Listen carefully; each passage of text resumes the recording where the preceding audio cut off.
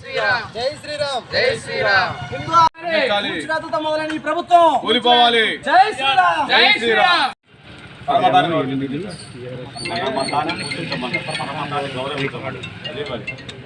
అయ్యా మేము దయచేసి దేని మీద చర్యలు తీసుకోకూడదు కొంచెం గుంటూరు కమిషనర్ గారు సరే కూడా ఆందోళన మేము గుర్తు చేస్తాం.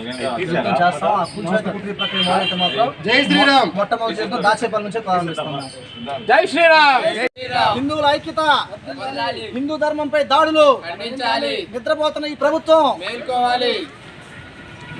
దేవునిగా గుంటూరు జిల్లా పట్టాభిపురంలో టీజేపీఎస్ కాలేజీ పక్కనటువంటి కాళీమాత ఆలయాన్ని రోడ్డు విస్తరణలో భాగంగా కూల్చివేసే కుట్ర జరుగుతుంది. రోడ్డుకి ఇటువైపు అటువైపు అడ్డంగా కొన్ని అన్యమతస్తుల ప్రార్థనా మందిరాలు ఉన్నా కానీ వాటి జోలిపోయే దమ్ము ధైర్యం లేక ఈరోజు హిందూ సమాజం నిద్రపోతుందన్న ఒక కారణంతో ఈ గుడిని కూల్చేస్తామని చెప్పేసి కుట్ర పన్ని నిన్న కమిషనర్ గారు సవాల్ విసిరారంట. ఈ గుడిని కూల్చేస్తాము, మీరు ఏం చేసుకుంటారో చేసుకొని. ఖబర్దార్ మేము చెప్తున్నాం కమిషనర్ గారు, మీరు కనుక ఈ గుడి జోలు వస్తే కూల్చివేతలతో మొదలైన మీ ప్రభుత్వం కూలిపోక తప్పదు మేము చెబుతున్నాం. జై శ్రీరామ్. జై శ్రీరామ్.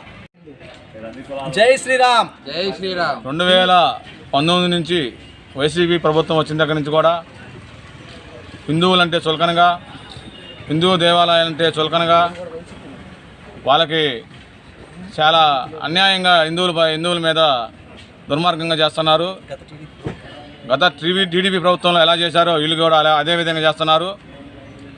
ఈ మధ్యనే గుంటూరులోని పట్టాపురంలో కాళికామాత దేవి ఆలయాన్ని ఏదో మున్సిపల్ శాఖ వారు అడ్డం వచ్చిందని చెప్పి కూల్చివేస్తున్నారు. కొన్ని సంవత్సరాల నుంచి ఉన్న ఆలయాన్ని కూల్చివేసే కుట్రలు చేస్తున్నారు. ఆ కుట్రలను మీరు మానుకోవాలి. మానుకోకపోతే హిందువుల ఆగ్రహాన్ని మీరు చూస్తారు.